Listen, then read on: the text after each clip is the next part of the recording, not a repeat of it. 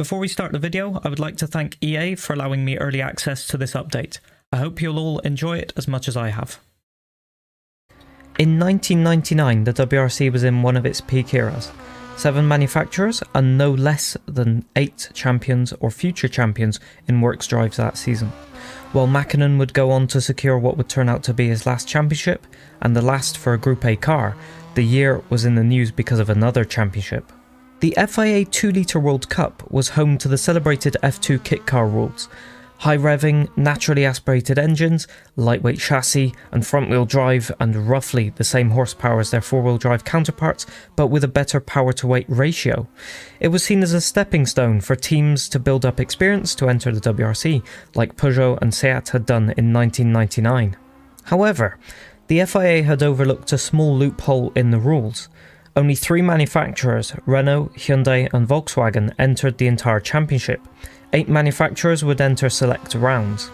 The French teams had a specific reason for this. Only entering tarmac rounds allowed them to use their F2 kit cars perfected on the French tarmac championship.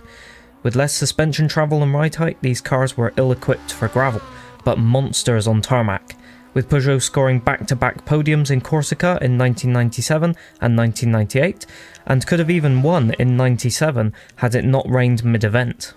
The stage was set for a huge upset and embarrassment, but it wouldn't be from Peugeot. That story would belong to Citroen and its Xsara Kit Car, which had replaced the 306 as the best car in France and represented the limit for the team as they were barred from competing against Peugeot in the WRC by PSA, owner of both companies. With 3 pure tarmac rallies on the 1999 WRC rally calendar, Rally Catalunya would be the catalyst of chaos as Jesus Puras and Filip Bugalski took to the dry tarmac in their Xsara F2 in front of a packed crowd. To the surprise of many, Puras would lead from the start from Didier Auriol and Carlos Sainz in their four-wheel drive Toyota Corollas, with Bugalski 5th. By stage 2 they would incredibly hold a 1-2 lead, with Bugalski closing in throughout the day. Puras would however retire on day 2 with an electrical fault, saving Citroen from a potential embarrassment, as Puras had been accused by Luis Moya, Sainz's co-driver, of illegally wrecking the stages. He would even later argue with Sainz's manager on French Canal Plus TV broadcast about the incident. Bugalski inherited the lead from his teammate and wouldn't be challenged for the rest of the rally, winning 5 stages as he went, with only Didier Auriol within a minute of the lead. Auriol at the end of the rally would be less than impressed, as his second place would only give him 6 points, as drivers were allowed to score even if Citroen wasn't. Corsica would seal the legendary status of F2 kit cars, but would also be its undoing. Teams thought Citroen finally had a disadvantage on the rougher tarmac after a mediocre first stage. A thought that was immediately dispelled by stage wins on 2 and 3 by Bugalski, disrupting what was meant to be a triumphant debut for Peugeot's new 206, with Delacour briefly leading.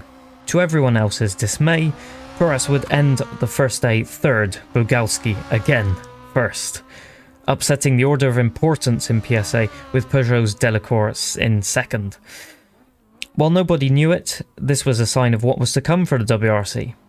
To compound Peugeot's agony, Delacour tumbled down the order on day 2 due to teething issues on the new car, leaving once again a 1-2 for Citroen, with Puras humiliating the four-wheel drive cars on the last stage in the wet, a feat deemed impossible by many. As in Spain, once in the lead, the Citroens were unstoppable. Bugalski and Puras would hold on to their positions until the end of the rally.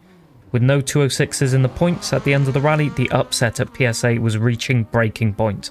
In San Remo, however, the 206s would dominate the pace with a 1-2-3 at the end of the first day, a publicity triumph, while the two-wheel drive Citroens would struggle for pace in the low grip conditions, before Puras would retire with clutch issues and Bugalski would unfortunately crash out. Gilles Panizzi in the 206 would end up losing the rally by only a few seconds, with Delacour retiring on the penultimate stage with mechanical problems. The rumour mill started talking about a four-wheel drive Xsara.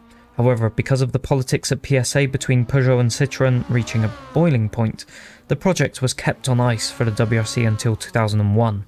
But Citroen had proved their point. They had excelled in the sport and had emerged from Peugeot's shadow.